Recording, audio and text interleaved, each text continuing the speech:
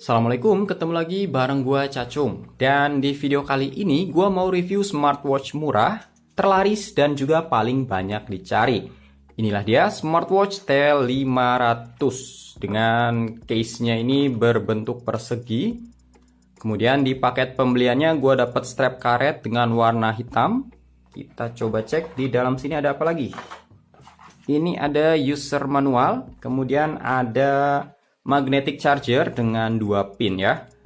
Dan untuk harganya waktu gue beli smartwatch ini cuma 100 ribuan aja, murah banget. Dan kalau kalian berminat beli jam tangan ini, link pembeliannya udah gue siapin di box deskripsi di bawah ini. Kalian tinggal klik aja ya. Jujur gue penasaran banget kenapa smartwatch ini bisa laris manis banget di pasaran. Kalau dilihat dari desainnya sih biasa aja. Ya bentuknya juga sama kayak smartwatch pada umumnya lah. Cuma memang kerasa lumayan berbobot ya. Karena material case-nya ini bukan plastik, melainkan aluminium, jadi udah cukup bagus. Untuk ukuran lebarnya ini 37 mm dan tingginya 44 mm. Ukuran segini sih tergolong kecil ya. Buat dipakai sama cewek juga masih cocok. Dan untuk warnanya juga tersedia warna pink, putih, dan hijau yang memang cocok banget buat cewek sih. Di sebelah kirinya ini ada speaker dan di sebelah kanannya cuma ada satu tombol yang bentuknya mirip crown. Ini adalah tombol ya, walaupun bisa diputar. Nah ini bisa diputar tapi ini cuma putaran kosong. Dan di sebelah sini gue pikir ini tombol juga tapi ternyata bukan ya. Padahal kalau gue lihat review di channel lain sih seharusnya ini tombol asli. Tapi berhubung katanya sih T500 ini ada beberapa versi, jadi ya mungkin yang gua review ini adalah tipe yang berbeda. Untuk bagian belakangnya di sini ada 2 pin charger. Di tengahnya ada sensor heart rate, kemudian di sekelilingnya ada beberapa informasi seperti ukuran, material, dan juga fiturnya. Oke, sekarang kita coba aktifin smartwatch-nya. Nah, ini dia. Di sini kelihatan kalau LCD-nya ini nggak full screen ya, masih ada ruang kosong di bagian bawah dan kanan kirinya, atasnya juga masih ada ruang. Jadi untuk ukuran LCD-nya ini cuma kurang lebih 1,5 inci. Kalau kedalaman warnanya sih gua nilai cukup bagus lah ya untuk harga semurah ini. Cuma untuk kerapatan layarnya nggak terlalu halus. Kalau dilihat dari jauh sih masih oke lah. Tapi kalau udah dideketin kayak gini kelihatan banget pixel-pixelnya ya, tuh titik-titiknya. Tapi it's okay lah, kan orang lain pasti lihat kita pakai smartwatch ini dari jarak nggak sedekat itu kan. Jadi ya kelihatan bagus-bagus aja. Kemudian untuk kapasitas baterainya adalah 230 mAh dengan waktu pengisiannya sekitar 2-3 jam aja. Dan untuk daya tahan baterainya bisa sampai 15 hari dalam keadaan standby.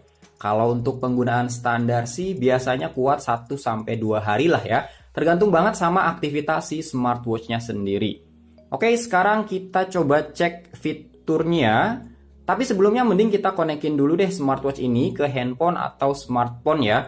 Untuk lebih memaksimalkan lagi fungsi dari fitur-fiturnya. Nah, di sini aplikasi yang digunakan adalah Fit Pro yang bisa kalian download di Play Store. Nah, kalau udah download aplikasinya, kita buka, kemudian pilih mempersiapkan, pilih perangkat dan mengalami lebih banyak fungsi. Nah, ini untuk mengkoneksikan antara smartwatch dengan handphone kita ya. Nah, ini pilih perangkatnya, tunggu sampai selesai loadingnya. Kalau udah selesai biasanya otomatis sinkron antara waktu di smartwatch dengan waktu yang ada di handphone kita ya. Nah ini udah selesai. Jadi di smartwatchnya ini jam 15.43 sama seperti waktu yang ada di handphone kita. Nah kita lihat fitur apa aja yang ada di aplikasinya ini. Yang pertama ada angkat pergelangan tangan Anda. Nah ini smart wake up ya. Jadi otomatis jam tangannya akan nyala kalau kita mengarahkan smartwatch-nya ke arah muka kita. Ini bisa disetting juga waktu mulai dan akhir waktunya. Kemudian ada fitur jangan ganggu. Nah ini untuk berhenti menerima pemberitahuan selama periode jangan ganggu. Jadi kalau kita aktifkan juga di sini kita bisa atur sendiri waktu mulai dan akhir waktu untuk mengaktifkan mode jangan ganggu ini. Next ada jam waker. Ini alarm ya, untuk setting alarm di jam-jam tertentu kita bisa setting. Kemudian ada pengingat, apa ini, untuk pengingat untuk logonya duduk ya, untuk pengingat duduk juga ini. Sama kayak alarm kayak gitu ya. Nah, ini ada waktu menetap berapa menit, nanti dia akan mengingatkan kita. Kemudian ada fitur mencari gelang. Ini kalau kita lupa nyimpen smartwatch-nya di mana. Nah, kalau kita tekan ini maka smartwatch-nya akan bergetar kayak gini, guys. Kemudian ada ambil gambar dari jarak jauh. Kita coba ya. Nah, ini smartwatch-nya berfungsi sebagai remote sepertinya. Kita coba. Nah, ini dia, kita klik dan ternyata pakai timer 3 detik. Dan ini berfungsi, oke. Next, kita coba aplikasi push. Oke, ini untuk apa ya? Sepertinya ini untuk menerima notifikasi dari aplikasi yang ada, yang terinstall di smartphone kita ya, seperti WhatsApp, Instagram, Line, dan lain-lain. Kalau misalkan kita mau aktifkan ya tinggal kita aktifkan, misalkan untuk WhatsApp. Jadi ini untuk menerima notifikasi baik panggilan maupun pesan ya. Nanti bisa tampil kalau ada pesan dari WhatsApp, pesannya bisa langsung tampil di smartwatch kita. Bukan untuk membalas sih, nggak bisa buat merespon ya, tapi hanya untuk menampilkan pesan. Oke, kemudian ada ini kontak yang sering, mungkin kita bisa menambahkan kontak yang sering kita hubungi. Ada pengaturan panggilan. Dan ini ternyata untuk watch face ya, watch face custom. Gua kira pengaturan panggilan itu untuk nelpon atau untuk menghubungi seseorang. Ternyata ini untuk mengganti watch face. Dengan watch face-nya ini bisa di custom. Misalkan kita pilih salah satu. Nah, ini kita bisa ubah latarnya. Jadi ubah latar ini nanti kita bisa pilih foto sesuai dengan yang ada di galeri handphone kita. Misalkan kita pilih salah satu. Nah, ini bisa di crop. Oke, kita coba ya tombol sinkronisasi. Kita coba cek di smartwatch-nya apakah muncul seperti apa gambarnya. Ya, tunggu. Masih loading cukup lama juga, baru 20 dan ini 30%. Oke, di sini udah ada, di smartwatch-nya udah muncul ya logonya ya. Kita tunggu aja. Bagus nggak ya gambarnya ya? Nah, ini udah selesai. Ya, ternyata dia merestart otomatis ketika pengunggahan sudah selesai dan hasilnya kayak gini, guys. Oke, untuk warnanya lagi-lagi gue bilang ini warnanya lumayan ya. Untuk kedalaman warnanya lumayan cerah. Untuk harga smartwatch yang murah banget, ini warnanya udah cukup baik. Oke, fitur selanjutnya kita cek.